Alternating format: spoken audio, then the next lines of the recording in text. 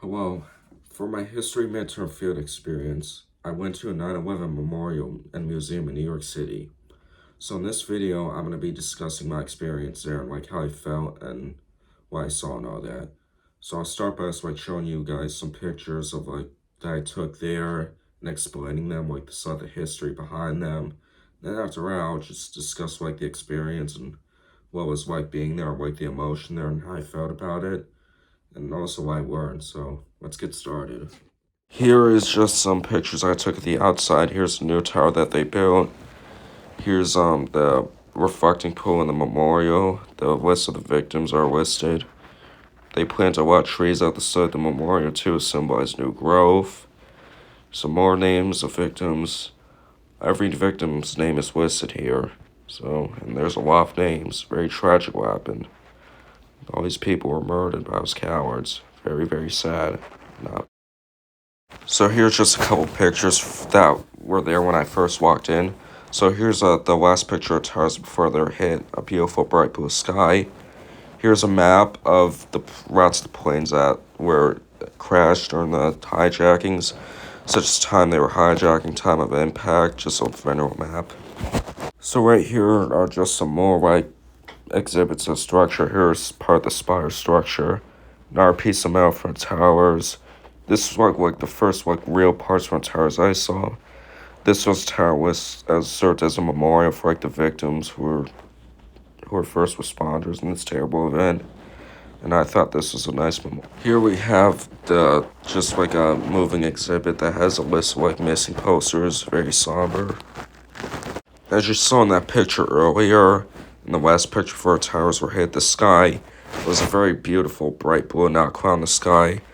So the museum, they asked 3,000 people. It was the exact same number of victims in the attack to remember what color the sky was that day, and they all gave different shades of blue, and they put it all up here. And I thought that was very beautiful and nice. They almost turned something positive out of something so bad. Here are just some pictures from the old tower and the foundation. What you're seeing here is really interesting because this is the actual part of the tower, and they left these parts of the tower where they actually were.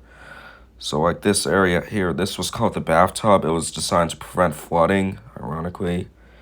And that's where it actually was. Here was a drainage pipe, or it was one at least. This was the actual layout, deep underground the towers. Here it is again. This was where towers actually went. These actually support them, and they haven't been moved at all. Right here is a very interesting part of the exhibit. Here we have the part of the antenna that was on the North Tower. I thought this was interesting because this thing took a massive fall, and it's very sad to know where this once was and where it is now.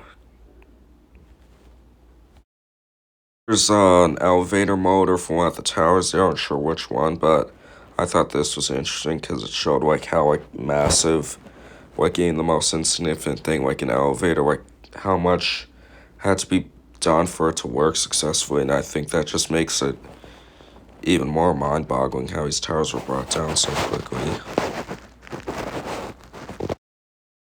Here are the remains of FDNY Ladder 3. This is very somber because that company lost a lot of its firefighters in the attacks, and it's sad to think that was the last vehicle they were in, the last place of safety that they were in before they lost their lives.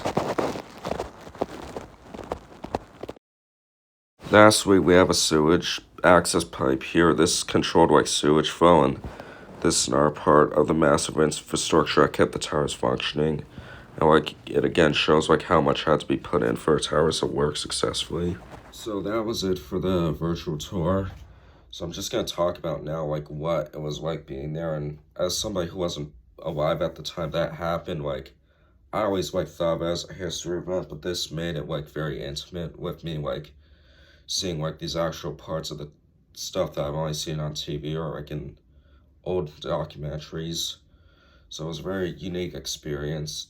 There was one area that I thought was very interesting and it had a lot of stuff in there that I wanted to take a picture of, but photography wasn't allowed in that area. It had lots of very interesting stuff, papers from the towers, like belongings of like victims, like their credit cards, driver's license, stuff like that that belong to victims.